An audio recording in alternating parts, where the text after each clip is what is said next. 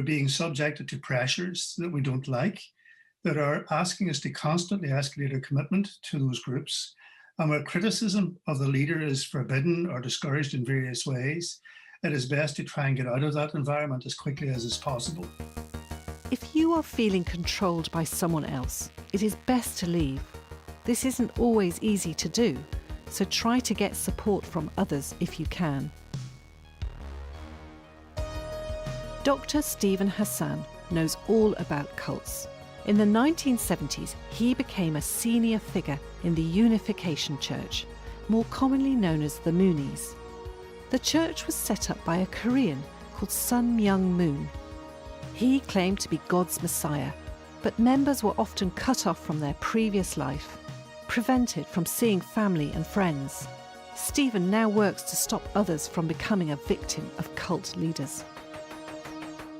My personality changed dramatically. That's one of the telltale signs, actually, of being in an authoritarian cult, is what we refer to as a radical personality change.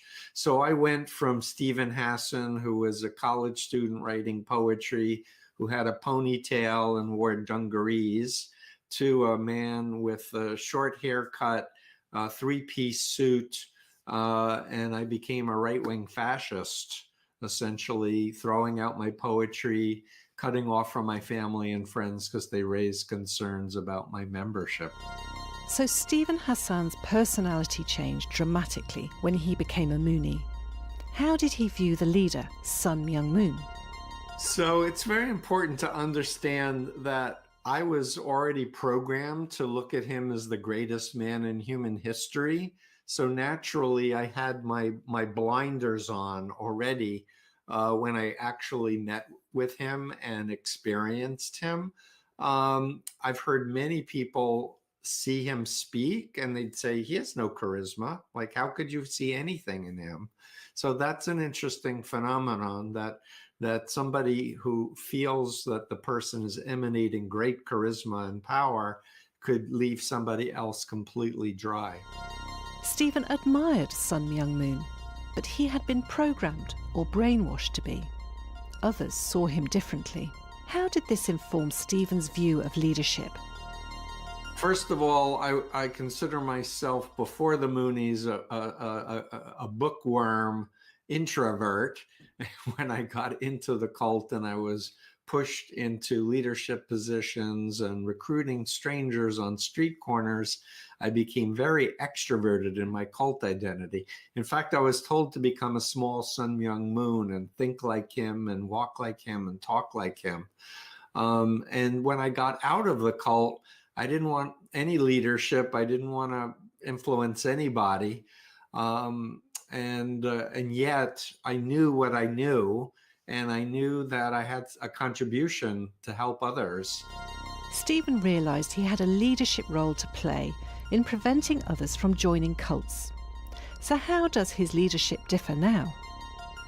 I want people to ask me questions and I answer honestly and responsibly. And often people will challenge me and say, we don't agree with this point or that. And I think about it, and if I realize they're right, I apologize and I change my point of view. So the key is humility, I think. Stephen encourages people to challenge his views, and he is willing to change his mind. So how easy is it to fall for a cult these days? Social media is intentionally going to use information that's gathered about you from all of your activities. There are some 5,000 data points on every human being, I'm told. And these are going to be oriented in algorithms towards you. So what I say is you need to be really skeptical. And if you're curious about something, really do a consumer awareness approach. It's saying they're making this claim. It sounds outrageous. I need outrageous level of proof.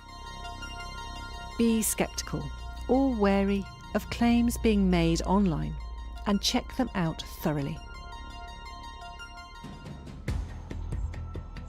So people who make grand promises and demand complete loyalty from you are likely to be cult-like leaders. Even online, question their claims, check their facts. If they are authentic, they won't mind.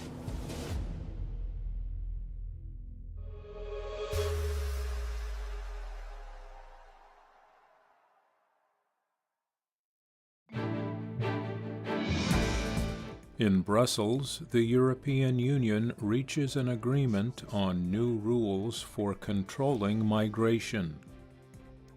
A Japanese court orders the approval of a plan to continue building work on a new area for a U.S. military base on Okinawa Island. The Supreme Court in the U.S. state of Colorado bars former President Donald Trump from appearing on the state's primary ballot under the U.S. Constitution's Insurrection Clause. And voting in presidential and legislative